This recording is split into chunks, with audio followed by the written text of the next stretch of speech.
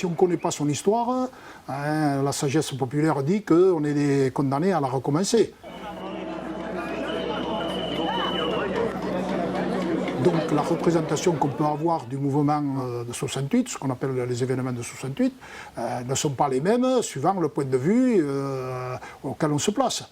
On voit bien qu'aujourd'hui, il y a toute une volonté qui ne date pas d'aujourd'hui d'ailleurs, à une récupération de ce mouvement-là, qui est un mouvement étudiant, avec plus ou moins des fils de nantis, etc., qui cassaient tout, qui voulaient mettre bas l'autorité, et donc qui aujourd'hui d'ailleurs sont la cause des difficultés de la société, puisque certains décideurs politiques notamment disent qu'il faut surtout en terminer avec l'esprit de 68.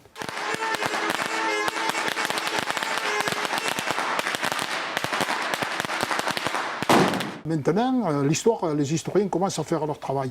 Et on voit des ouvrages qui sortent, des ouvrages historiques, qui rééquilibrent un petit peu le point de vue, et qui parlent de toute la dimension sociale, c'est-à-dire du point de vue des salariés, et particulièrement du monde ouvrier.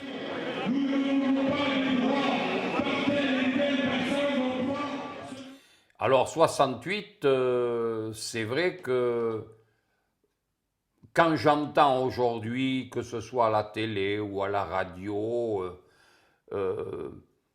parler de 68, hormis des dirigeants qui ont connu, qui ont eu affaire à 68, mais les journalistes d'aujourd'hui, c'était les bobos parisiens qui se lançaient, etc., etc.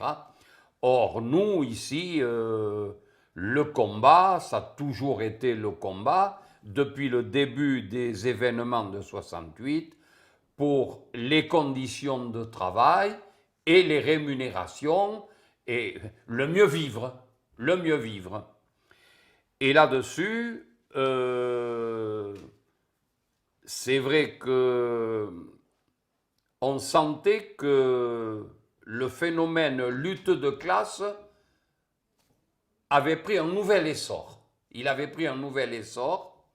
Et nous, ici, sur Pau, comme nous avions quand même quelques organisations structurées, ça nous a permis d'avoir un petit collectif pour aller dans différentes directions, pour essayer de se mettre d'accord avec les choix que l'on pouvait entendre au niveau national par l'organisation, je parle de la CGT surtout, et là-dessus,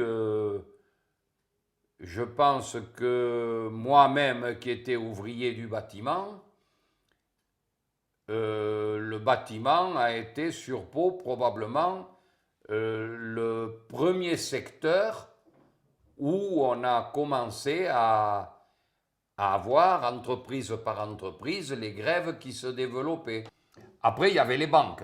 Il y avait les banques, et les banques se mettaient en grève les unes après les autres.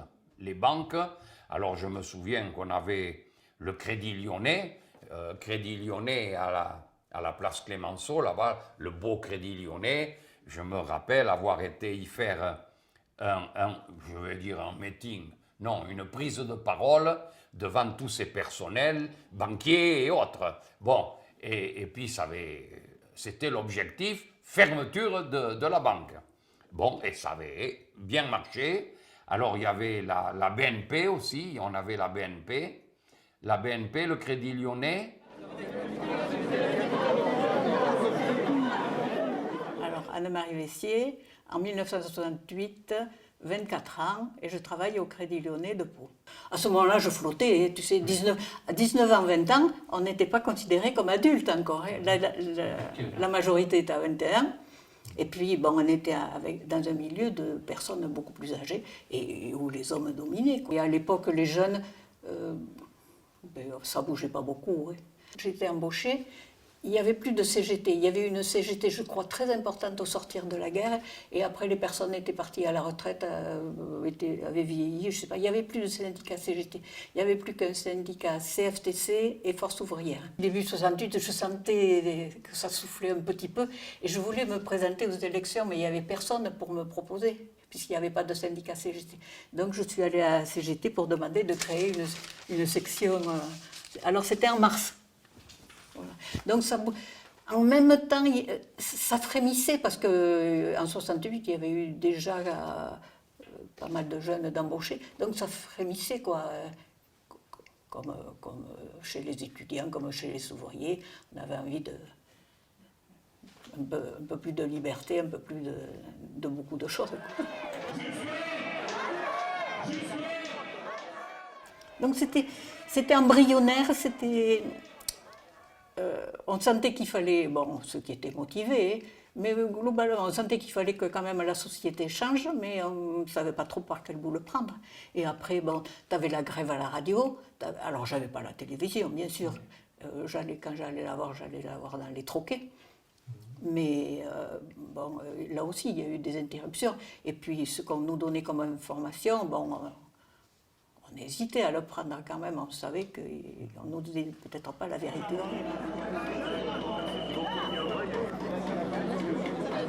Donc, on était un peu dans le flou. Et à un moment donné, on est parti, quelques-uns à dire, bon, mais quand même, il se passe quelque chose. On était au courant que ça débrayait à Paris, dans les grandes villes. On a dit, nous aussi, il faut qu'on bouge. Et au fur et à mesure, les collègues nous ont rejoints. On a su que à la banque en face aussi, il y en avait qui faisaient grève.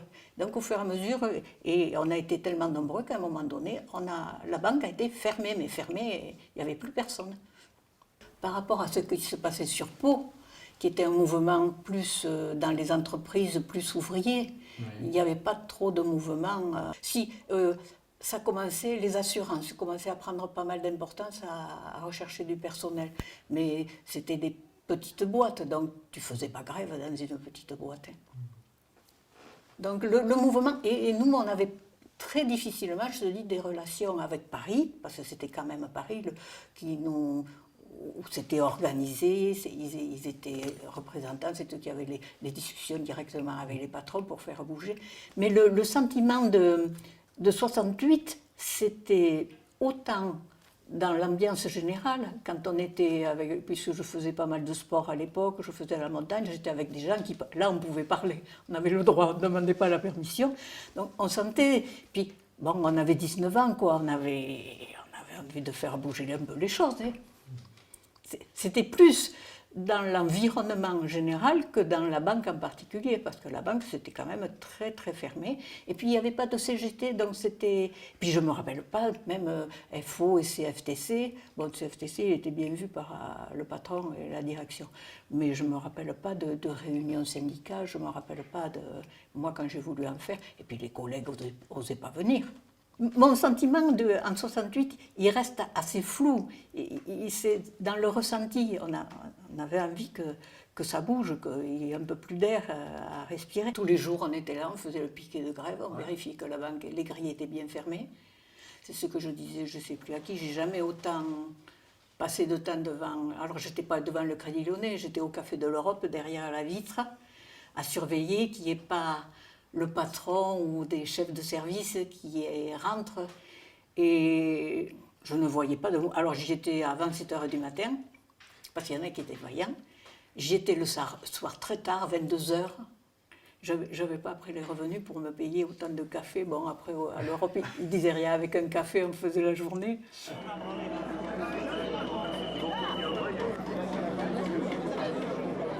Ce qui s'est passé à Paris, pour moi, c'est quand même les étudiants qui ont démarré. Après, qui se donnent le fait que c'est eux qui ont fait mai 68. Bon, je tourne un peu la page. Mais après, bon, c'est vrai que là aussi, tu vois, tu retrouves ce même sentiment des jeunes qui avaient envie, qui aspiraient à autre chose, hein, dans le milieu étudiant. Ils étaient un peu... Ma mère disait toujours, vous êtes trop révolutionnaire. Non, ça a servi. Il y a eu des avancées, et puis au niveau de la banque, le milieu syndical j'ai eu cette impression, il reprenait de l'importance, alors que ça ronronnait. Ça ronronnait, et Force ouvrière et CFTC, bon, c'était pas des... Force ouvrière, à ce moment-là, ils bougeaient un peu, mais c'était pas des révolutionnaires. Oui. Alors quand il y a eu 68, là, bon, ça s'était déclenché au PLM, là, après ça a continué. On a dit au centre de tri, bon, il faut qu'on rentre dans la lutte.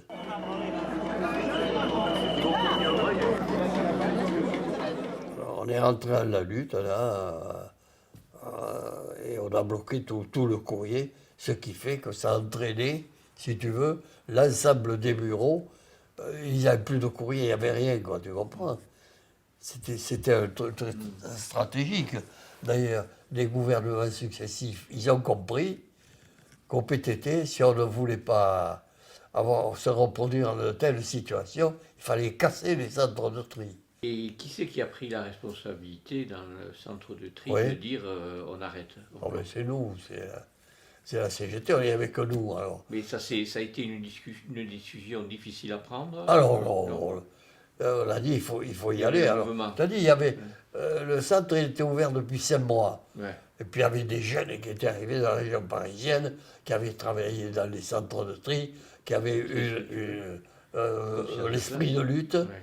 Tu sais, ça, ils étaient combatifs. Hein.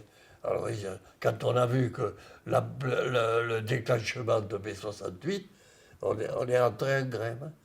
Alors là, je me rappelle, le chef de centre, on lui fait une délégation, on lui dit, bon, on vous avertit, à partir de maintenant, il n'y a plus personne de travail. Bon, il avait été devant le fait accompli, et ça a fait boule de neige, ce qui s'est fait après qu'à Pau, il y avait Jean Canton, je lui avais dit, il va falloir que tu t'y mettes, il va falloir que les facteurs vont rentrer à la lutte. Ça aussi, c'était... Oui. On s'est appuyé sur les bastions solides, où la CGT était bien implantée.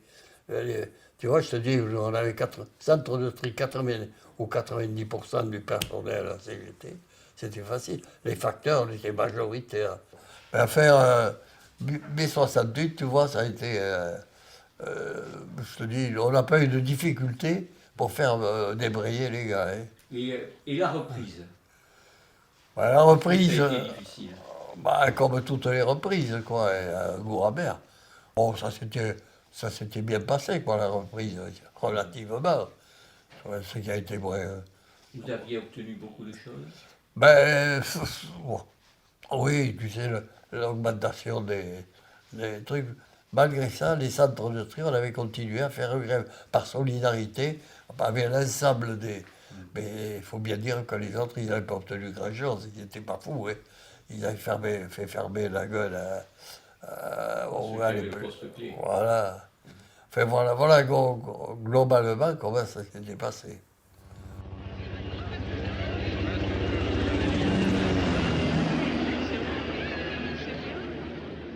Je suis rentré, la boîte était en grève, elle était occupée. Et ça a duré depuis je ne sais pas combien de jours. Le patron avait fait des petites offres avant, mais il ne pensait pas que le mouvement prendrait cette ampleur. Il avait lâché quelques petites rues, mais là, obligé de changer d'opinion. D'ailleurs, il leur avait fait le cinéma avec la voiture décapotable, avec sa femme, les valises, je m'en vais, démerdez-vous. Il leur a fait un grand cinéma. Il était allé jusqu'au pont d'Assat et il était revenu. C'était un bonhomme qui était un stratège paternaliste. Il avait toutes les qualités pour mener une boîte comme Turboméca. Donc, ce gars-là, il avait cette pratique de devancer l'événement en lâchant des petites bribes pour arrêter. Mais là, il n'a pas eu toute l'analyse nécessaire pour le stopper en lâchant un peu plus. Et cette grève s'est traduite par quelque chose de très important, une augmentation de salaire de 15%.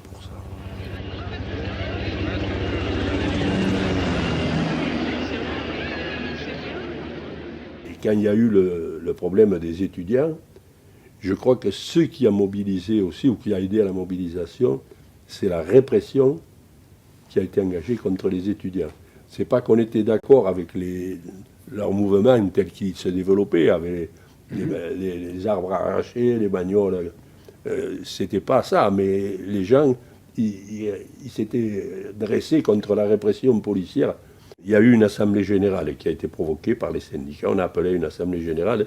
C'était dans l'atelier montage. Et il y avait un peu de tout dedans, des membres de l'encadrement, quelque chose d'exceptionnel. Ce qui veut dire que le père Chilowski, qui était en cure à Vichy, il était bien renseigné. Et pour essayer de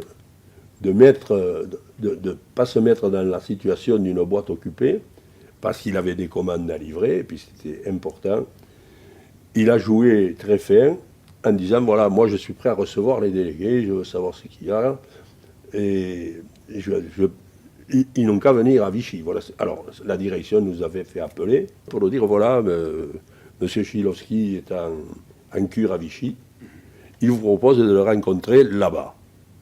Et il va vous mettre un avion à disposition, etc.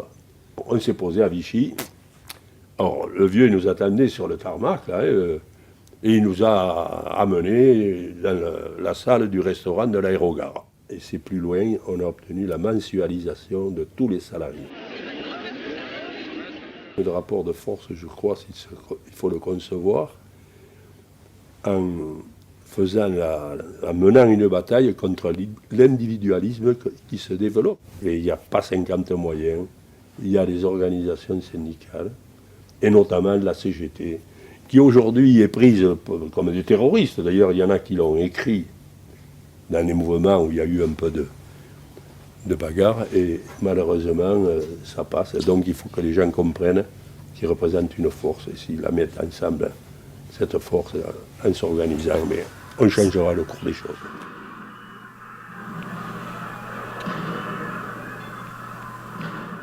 Jean Poteau, en 68, j'étais acquitté de chimie.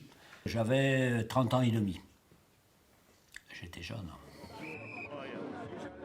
Alors, comment ça s'est passé en 68 ? Alors, ce qu'il faut connaître, c'est que déjà, les années qui précédaient, il y avait eu, après l'accord confédéral CGT-CFDT, il y avait eu des actions qui se menaient, des journées d'action, il y avait eu aussi des actions importantes dans un certain nombre d'entreprises, je crois à Saint-Nazaire, aussi à Bordeaux, etc. Donc il y avait c'était un climat de lutte qui montait. Il y avait de plus en plus de luttes d'année en année. Et quand 68 est arrivé, eh bien, il y a eu la grève générale qui s'est déclenchée, il y avait les étudiants qui étaient aussi en grève, qui s'étaient fait bastonner parce que De Gaulle pensait qu'en bastonnant, donnant une bonne leçon aux étudiants, ça allait calmer les ouvriers. C'est le contraire qui s'est passé. D'ailleurs, quand il y a eu cette grosse bastonnade, la Confédération avait appelé toutes les autres confédérations en leur disant « pour nous, c'est grève de 24 heures ». Les autres ont suivi. Et de là, ça a continué. Il y a des entreprises, Renault, tout ça, qui sont mis en grève limitée, puis on a suivi, quoi. On a suivi, mais on ne savait pas pour combien de temps. Il y avait quand même, dans la population, il y avait pas mal de gaullistes, donc qui n'étaient pas favorables à la grève, mais qui ne rentraient pas quand même dans l'usine. L'usine, à part la sécurité qu'on mettait en place, il n'y avait personne. Parce qu'il y a toujours des machines qui tournent, tout ça. Bon, c'est quand même l'industrie chimique, c'est un peu dangereux quand même, quoi. Donc il y avait toujours une sécurité d'assurer dans l'entreprise. Et alors donc personne ne rentrait, mais y compris les non... Enfin, ils étaient grévistes par force, mais enfin les anti-grévistes, ils venaient quand même aux assemblées générales. Et alors leur objectif, c'était d'essayer de faire voter pour la reprise du travail. Donc il y avait des assemblées générales, ça discutait, des fois ça ferraillait un peu dur, c'est normal, mais ça se passait très démocratiquement. Et quand ils le demandaient, il y avait un vote. Chaque fois ils étaient battus. Bon, battus, très bien, on continue l'action. Et ça s'est passé jusqu'à la fin, quoi, comme ça. Et c'est vrai, surtout quand il y a eu Grenelle, bon, on reprend. Non, on ne reprend pas. Après l'accord des fédérations, on reprend. Non, on ne reprend pas. Et puis, bon, et puis quand il y a eu l'accord après d'entreprise, Là, bon, tout le monde a dit, bon, ben ça y est, maintenant c'est bon, on rentre. Alors on est rentré, et puis, mais ça faisait quand même des débats intéressants. Surtout que quand on est parti en grève, il y avait des travaux qui se faisaient dans l'entreprise avec des travailleurs qui venaient de la région lyonnaise. Et donc ils étaient là, alors certains étaient syndiqués, mais il n'y avait pas de militants. Alors ils étaient là, mais nous, la boîte fermée, qu'est-ce qu'ils font? Alors ils téléphonaient bien à leur boîte, alors leurs copains là-bas de Lyon, mais prenez contact avec la CGT locale, ils vont vous dire comment on fait. Donc ces entreprises, ils venaient nous voir, hein, comment on fait. Alors bon, on commençait à travailler, tout ça, alors on les a aidés, y compris après pour la reprise. On les assistait dans les réunions avec le chef d'atelier pour les modalités de reprise de travail, quoi. Les patrons avaient envie que ça redémarre vite. Ils avaient des pertes importantes, donc il fallait que ça redémarre. Alors nous, on n'était pas pressés de redémarrer. Ça faisait un mois, on pouvait retirer quelques jours de plus. Et alors on amenait nos revendications. C'est comme ça qu'on a obtenu, c'est pour ça qu'on dit que ça s'est fait, c'était la fusée à 3 étages, il y avait les Grenelles, les professions et le local.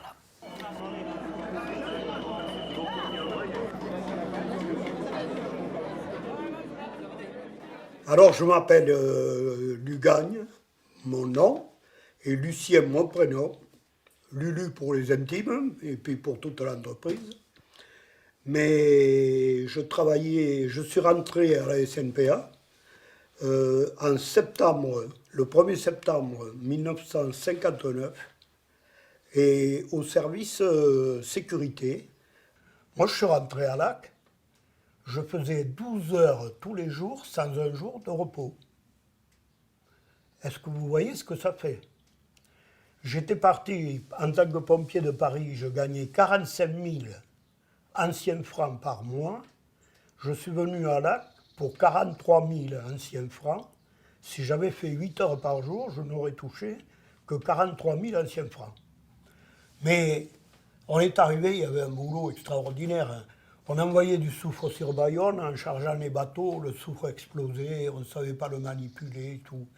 Bon, alors, il y avait une grogne qui montait, quoi. Il y avait beaucoup de mouvements d'ampleur nationale, qu'on appelait. Et c'est sûr que dans le pays, ça se ressentait. Il y avait des gens, ils auraient préféré ne pas le faire et le laisser faire aux copains. Mais on faisait ces mouvements d'ampleur nationale et tout ça.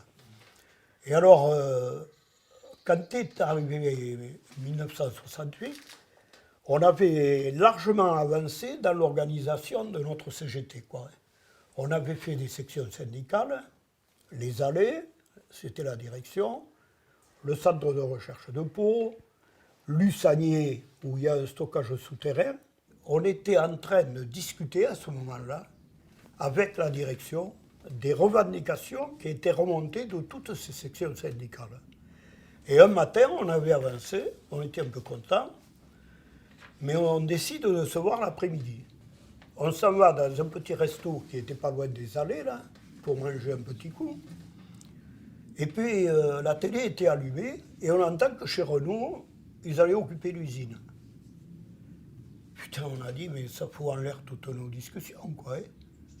Ou conneries qu'ils avaient fait chez Turbo.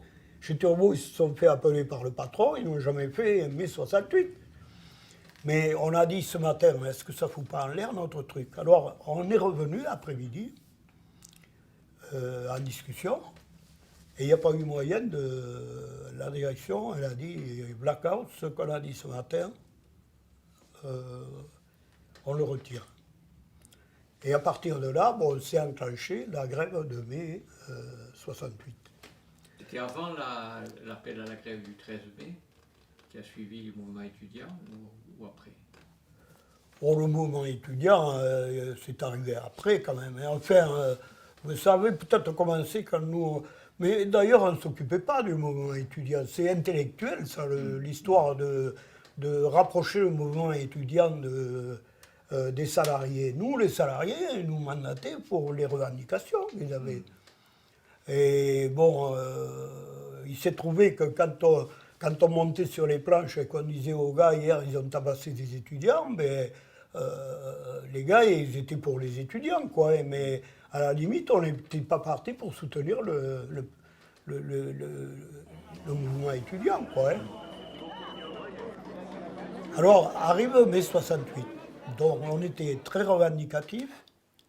On avait promis dans les sections syndicales qu'on venait de mettre en place qu'on allait régler certains problèmes qui étaient liés au statut du mineur et souvent qui gênaient les gens, notamment le salaire. Alors, la direction, en même temps, elle nous proposait un calage de tous les gens dans une grille qu'elle avait faite. La direction nous a fait une proposition. Bon, et alors il fallait le discuter. Et ça, c'était déjà, ça commençait à être en discussion. Bon, et alors, se pose le problème, hein, qu'est-ce qu'on faisait à la SNPA, puisque tout le pays était en ébullition, Renault occupé, tout un tas de trucs. Et c'est comme ça qu'on est rentré dans le mouvement. Les gens de l'union locale, les petites entreprises et tout ça, ils ont gagné des trucs. Et ils en ont surtout gagné après, quoi, parce qu'on a gardé après une union locale costaud, quoi. Nous, on a gagné des trucs extraordinaires, quoi. Les discussions sur la grille des salaires. Par exemple, la grille patronale. Moi, j'étais pompier, c'était groupe 4, quoi. Alors que quand on a eu fini de discuter, moi, en tant que pompier, je pouvais monter au groupe 8. J'étais 4 fois plus haut dans l'escalier de ma grille que ce que me proposait le directeur du personnel qui nous l'avait proposé au départ, quoi.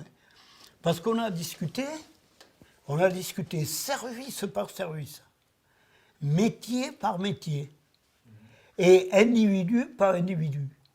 Nous, en 68, on a gagné à peu près, moi j'ai gagné à peu près 35% d'augmentation de mes revenus à la boîte. Mais après, on avait un droit syndical extraordinaire, quoi.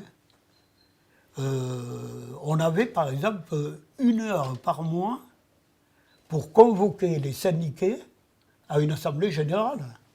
On a fait des assemblées générales, pas toutes, hein, mais on en a fait de 800 personnes à la cantine de Lac. On en faisait régulièrement de 200 personnes. C'était un truc extraordinaire.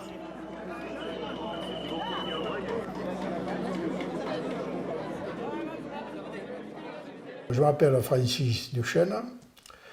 En 1968, j'étais salarié de l'entreprise SA Jean Broquet, concessionnaire garage Renault à Pau, route de Tarbes. Et en 68, donc j'avais 21 ans, j'allais faire 22 ans. C'était une entreprise qui avait grossi très, très rapidement. C'était plus l'entreprise familiale, c'était devenu l'entreprise avec la pointeuse. C'était la boîte, quoi. Et je sentais qu'on pourrait plus continuer comme ça et qu'un jour ou l'autre, on aurait la nécessité de s'organiser syndicalement. Compte tenu de l'effectif, le patron, sous les injonctions de l'inspection du travail, il a été obligé d'organiser l'élection du comité d'entreprise. Mais la reconnaissance de la section syndicale dans l'entreprise n'était pas acquis. Les élections de délégués du personnel pour obtenir l'organisation des élections, c'était à Croix et la Bannière. C'était une aventure, quoi.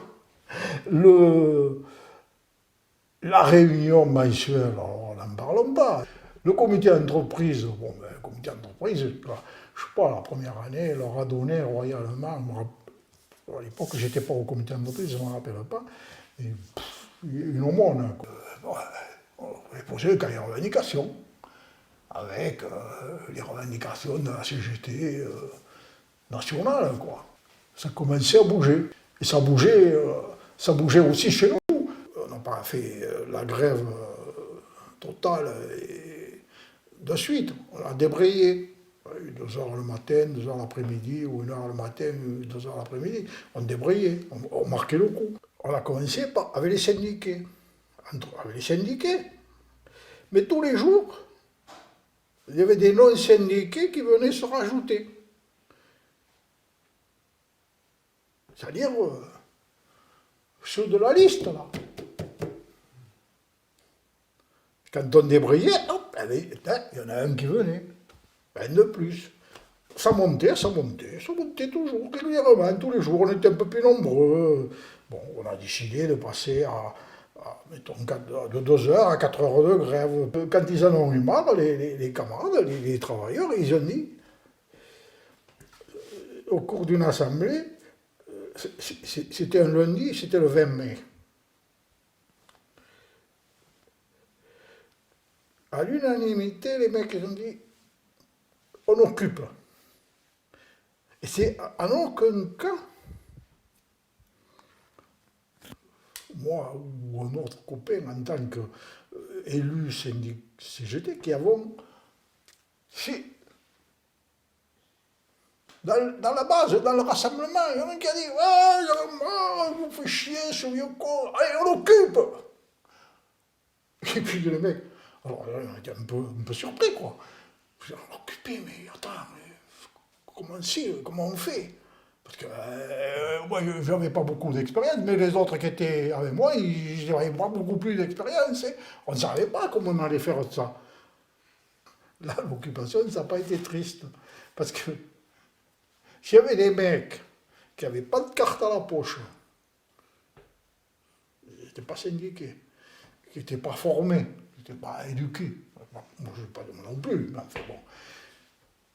Et ils allaient voir le chef d'équipe, ou du service, qui va nous filer tes clés. Tu vas nous filer les clés, et à 2 heures, tu restes chez toi. Alors qu'est-ce qu'on a fait? On a fait des équipes, c'était pas compliqué. Les mecs mariés, tout ça, bon, qui avaient des gosses, ils étaient là la journée, ils tenaient le garage. Nous, les jeunes, on allait aux manifs, on allait s'il y avait des manifs, on allait... Et la nuit, c'était nous qui prenions le relais. Alors là, c'était rigolade. Mais bon, quand tu as 22 ans, 21 ans, 20 ans, c'est normal. Ça s'est passé dans la bonne humeur. C'est toujours le côté festif de libération aussi. Ah non, mais nous, il y avait quand même un objectif précis. Oui, précis. Nous, c'était ça. Le cahier de revendication, les payes, les augmentations de salaire, l'horaire normal de l'entreprise était 46h30 par semaine.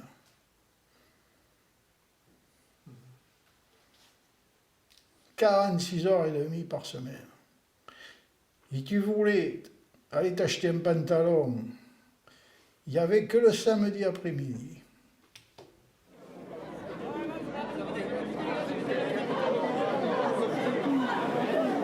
Qu'est-ce qu'on retire? Moi, personnellement, une ouverture d'esprit, quoi, enfin, une ouverture à la vie, quoi. Tu veux, l'engagement syndical qui va aller crescendo jusqu'à des responsabilités importantes. Avant 68, on n'était rien. Tu vois les réponses? On était blanc. Après 68, il était obligé de répondre. Il était obligé de marquer des trucs. Nous, on a grandi dans mai 68, les syndicats, les organisations, on a grandi, on s'est structuré, on s'est mieux organisé, on a fait des adhésions, la CGT elle est arrivée à bon. Et les autres aussi, ils se sont organisés.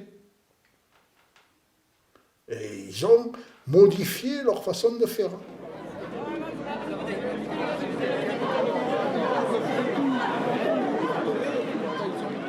Je m'appelle Sage André, j'avais 19 ans en 1968 et je travaillais chez Messier. À l'époque, ça s'appelait que Messier. Et, déjà, on avait, moi ça faisait 2 ans que j'étais à l'usine pratiquement, et on avait déjà des revendications qui n'étaient pas satisfaites. On demandait la suppression de ce fameux boni, on demandait des augmentations de salaire évidemment. Il y avait des réductions d'horaire. À l'époque, on faisait 48 heures. 48 heures 6 jours. Samedi, vous travaillez 5 jours. On faisait des journées de 10 heures. Ah, de 10 heures. 10 heures. Et le samedi, 8, on faisait 48 heures. Des fois, ils nous venaient nous demander de travailler en plus, en heure supplémentaire, on arrivait à plus de 55. Au début, on demandait surtout des réductions d'horaire dans la semaine, mais pas dans ce genre de réduction par jour. C'était pas, à ce moment-là, c'était pas l'ordre du jour. Après, petit à petit, ça l'est devenu. Oui. On a demandé, je ne me rappelle plus à quelle année c'était, on avait fait la mise en place du restaurant d'entreprise. Et à partir de ce moment-là, on a pu demander la journée continue. Suite de l'Assemblée générale, Étienne Martin avait demandé carrément, il a demandé l'occupation de l'usine ce jour-là. Et je me rappelle, tout le monde était rentré dans les ateliers une fois, parce qu'il y en avait qui ne sortaient pas, qui ne venaient même pas aux réunions d'information. Alors, il a fallu aller les déloger, leur dire vous rentrez chez vous, on occupe l'usine. C'était un moment chaud, ça. Parce qu'il y avait des anciens, surtout, c'était anti-grève, ils ne voulaient surtout pas faire ce genre de choses. Il a fallu les déloger, leur dire de rentrer chez eux, on occupait. Je me rappelle, j'ai des souvenirs marquants par rapport à ça. Ça a été une étape où il a fallu pour les déloger, c'était pas facile encore. Ils ne voulaient pas. Le souvenir que j'en ai, moi, c'est que à Paris, il y avait eu des étudiants qui avaient les barricades. Ouais. Et il y avait eu des blessés avec les CRS. Et je pense que ça a été un élément déclencheur. Ouais. Qui a été un peu général. Enfin, nous, on l'a ressenti comme ça au moins. Moi, j'ai participé à quelques piquets de grève, surtout la nuit, parce que le matin et l'après-midi, je revenais à la maison, j'avais du boulot à la maison aussi. Parce que mon père n'était pas là, il fallait s'occuper de la maison aussi. La ferme un peu. Et je faisais le piquet de grève la nuit.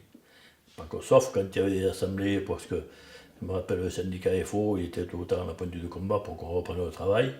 Il essayait de casser les grèves. Et là, il y avait des assemblées qui étaient provoquées et ils mettaient au vote, quoi. Ils essayaient de casser la grève, quoi. Ce que je me rappelle, c'est que Turbo, ils avaient enclenché l'occupation d'usine. Le patron qui était en cure, je ne sais pas où, à Vichy ou je ne sais pas où, avait convoqué tous les syndicats, dans tous les délégués, et je crois que la grève a duré un jour. Voilà. Et non, il n'a pas. Ils ont obtenu. Ils ont obtenu, même plus. Même plus, parce qu'ils avaient demandé, ils avaient un cahier de revendication, et ils avaient demandé un certain chose, et le patron avait donné plus de ce qu'ils avaient demandé. Alors, même les types, ils étaient tombés à la renverse. Mais la condition, c'était qu'ils reprennent le boulot de suite. Le lendemain, ils avaient repris le boulot. À l'époque, je me rappelle qu'on avait réussi à obtenir les mêmes salaires qu'en région parisienne. Parce que c'est ça aussi qui avait fait monter... beaucoup pour les catégories, ouais, certaines catégories. Voilà. Et je sais que ça avait été important par rapport au pourcentage. Parce que là-bas, ils avaient des salaires plus importants que nous, sur Paris. Et on avait réussi à avoir les mêmes salaires. Voilà, les mêmes salaires, les mêmes bases qu'eux. Mais ça n'a pas été sans se bagarre, il n'a pas lâché ça au début. Hein. Il a fallu plusieurs négociations pour les avoir.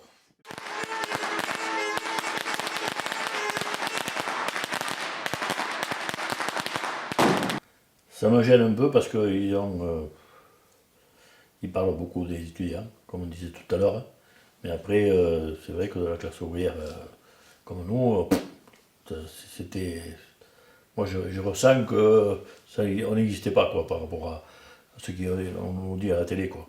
il nous montre les quelques manifs, mais il ne parle pas de ce qui avait été acquis, quoi. Il ne faut surtout pas faire que ça fasse tache d'huile. Bon, je le ressens comme ça, ils ne veulent pas, surtout pas que les jeunes ils sachent qu'on avait gagné un grand coup. Au contraire, quand on voit la propagande du MEDEF et compagnie, ils ont tendance plutôt à tout cacher, quoi. Même quand ils sont obligés de lâcher, à part la presse syndicale où on voit un peu comment ça se passe, mais sinon, le MEDEF, il ne veut surtout pas le dire que ce qu'on peut gagner.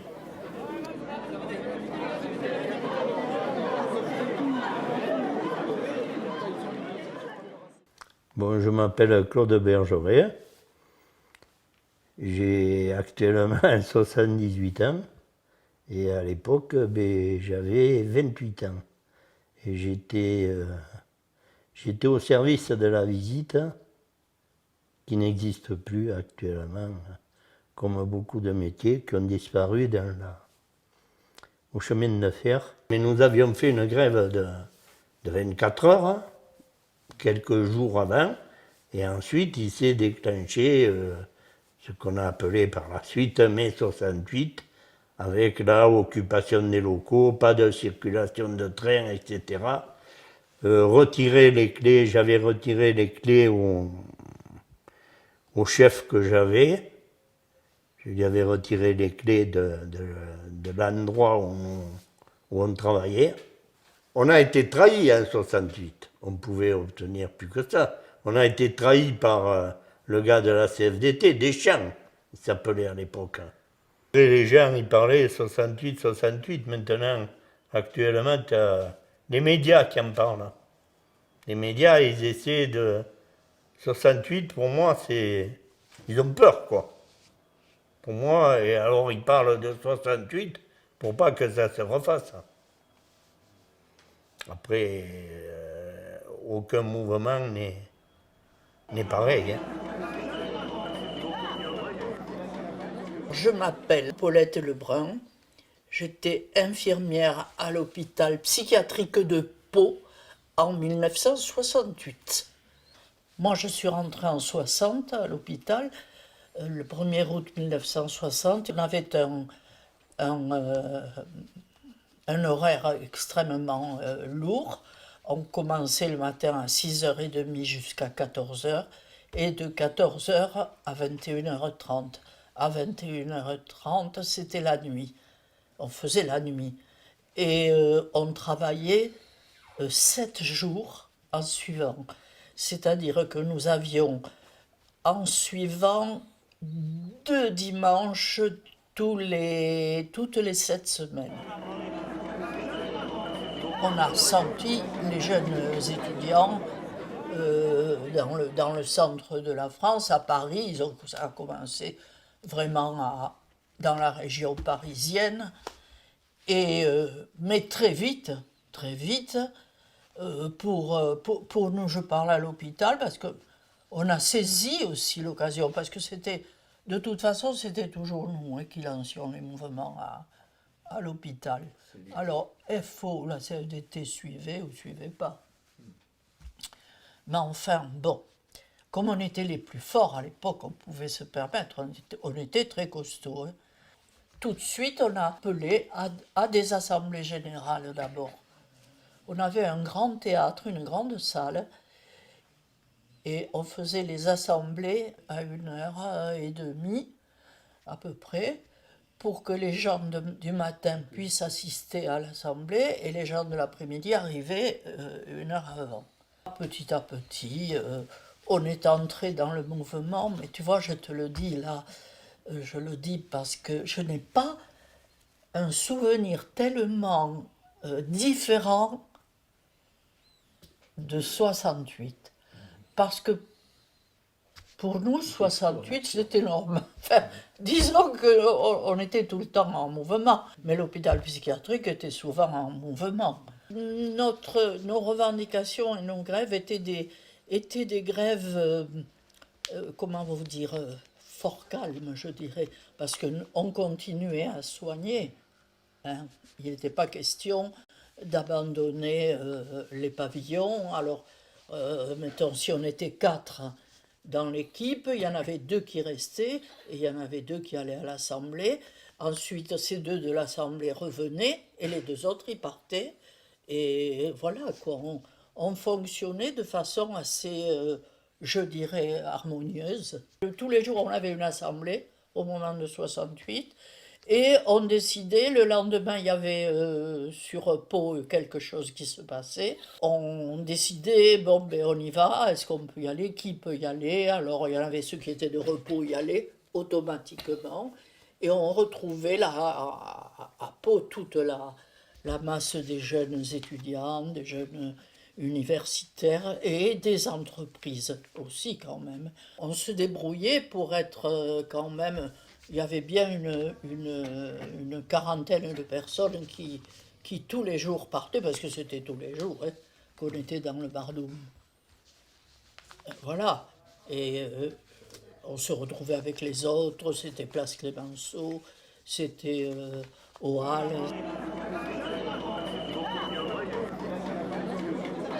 68 pour nous a été une continuité de notre vie,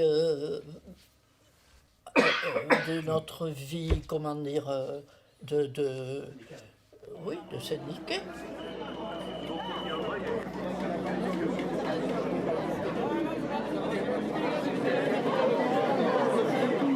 L'avant mai 68, c'est une période qui ressemble un petit peu à ce qu'on est en train de vivre aujourd'hui. C'est une période où il y avait beaucoup moins de droits pour les organisations syndicales, pour les militants, où il y avait une répression patronale, policière qui était bien plus dure que ce qui peut exister aujourd'hui. C'était compliqué de faire grève et de manifester avant 1968. Et on vivait dans une période qui ressemble un peu à maintenant. Il y avait beaucoup de mécontentement qui ne s'exprimaient pas forcément. Et il s'est exprimé d'un coup en mai 68, et alors que beaucoup ne l'avaient pas forcément vu venir. Après, la grosse différence, la grosse clé de mai 68, et si on a encore la clé aujourd'hui, c'est la grève. Il y avait entre 8 et 10 millions de grévistes en mai 68. Voilà, quand on aura 8 ou 10 millions de grévistes, on imposera au patronat ce qu'on a envie de leur imposer.